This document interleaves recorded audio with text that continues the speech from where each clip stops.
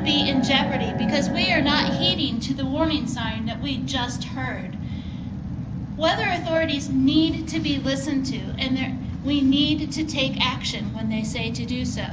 As a person who grew up scared to death of severe weather, it intrigues me as to why people do not take these warnings seriously. Authorities need to be listened to. We need to heed what they tell us to do, and we need to be prepared for when disasters happen. So let's take a look at what these authorities are telling us.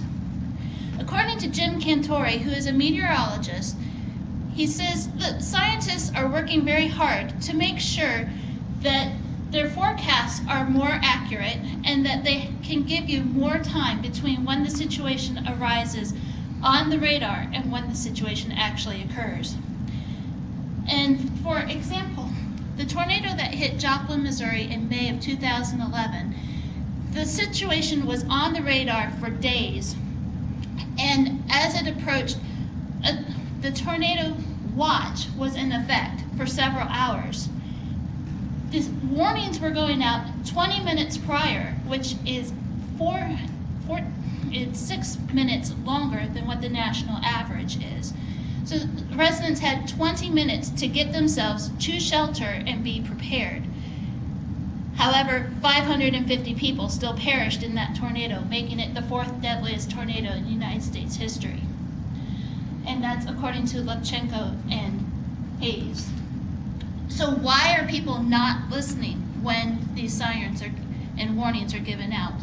According to a study by Forsloff, she was in a cafe when warning sirens were going off just days after tsunami and earthquake warnings were given out in Chile, and she noticed that the people in the cafe around her did not move. They stayed in their seats, and she came to the conclusion that people do not like to be interrupted, and they're becoming from what tasks they are doing, and they do not don't heed these warnings because they have become so frequent because of the number of instances being used. And people are also succumbing to peer pressure because nobody else in the room is moving. They're not going to either, and they are not seeing the imminent risk that they are putting themselves into. These authorities are also telling us that we need to be prepared, and we can be prepared by having a plan, know what you're going to do when the situation arises, and having a kit packed, ready to go by your exit entries, and then practice your plan so that you are familiar with what's in your kit, how it functions, and what you need to do. And as you can see here on the screen, that the study that was done by Adelphi University in their preparedness poll, over half of the people surveyed are not prepared. That poses a problem because we need to know what to do. And the first way that you can know what to do is to educate yourself. The two most confused terminologies are watches and warnings. You need to make sure that you know the difference. A watch means that the situation could occur, but not necessarily. And you just need to be alert as to what's going on around you. When they start talking about warnings, that's when the situation is much more serious. You need to make sure that you are getting yourself ready to go to shelter or evacuate if that's what the situation warrants. And that's all according to FEMA, who is our Federal Emergency Management Administration, part of the United States government. You need to have a plan.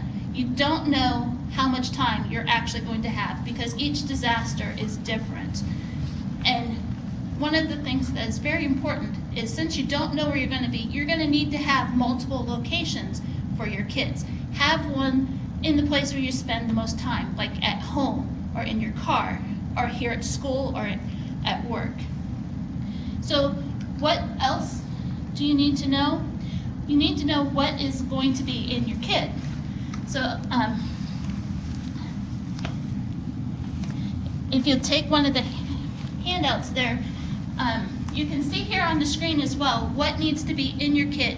You need to have enough to have for 3 days, which is the amount of time that authorities usually are able to get to you. Not just government sites are wanting you to be prepared. This is from Roto-Rooter. They have a vested interest in their clients and their well-being.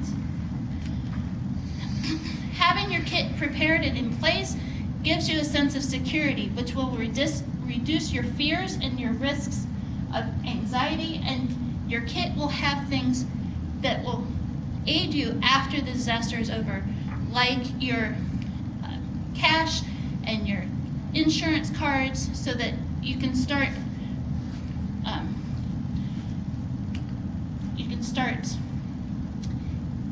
moving on after the disaster is over.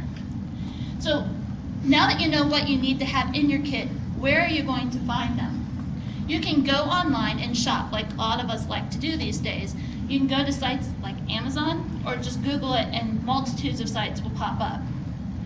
And you could go take a trip to Oklahoma City. They now have a preparedness store, and you can purchase one there where you can actually see the items and be able to have firsthand knowledge of what's going into your kit, because sometimes the kits don't have the things that you would use, or they have things that just aren't necessary to your situation. But the best solution is to have your own kit made out of your own personal items. That way you know what's in it, and it's prepared to your own situation. So if you have allergies, or you just don't like certain things, or you want things a certain style, they are in your kit. So it is imperative that you heed the warnings that are given out by emergency situations, and you have your plan in place. It's right here. Thank you.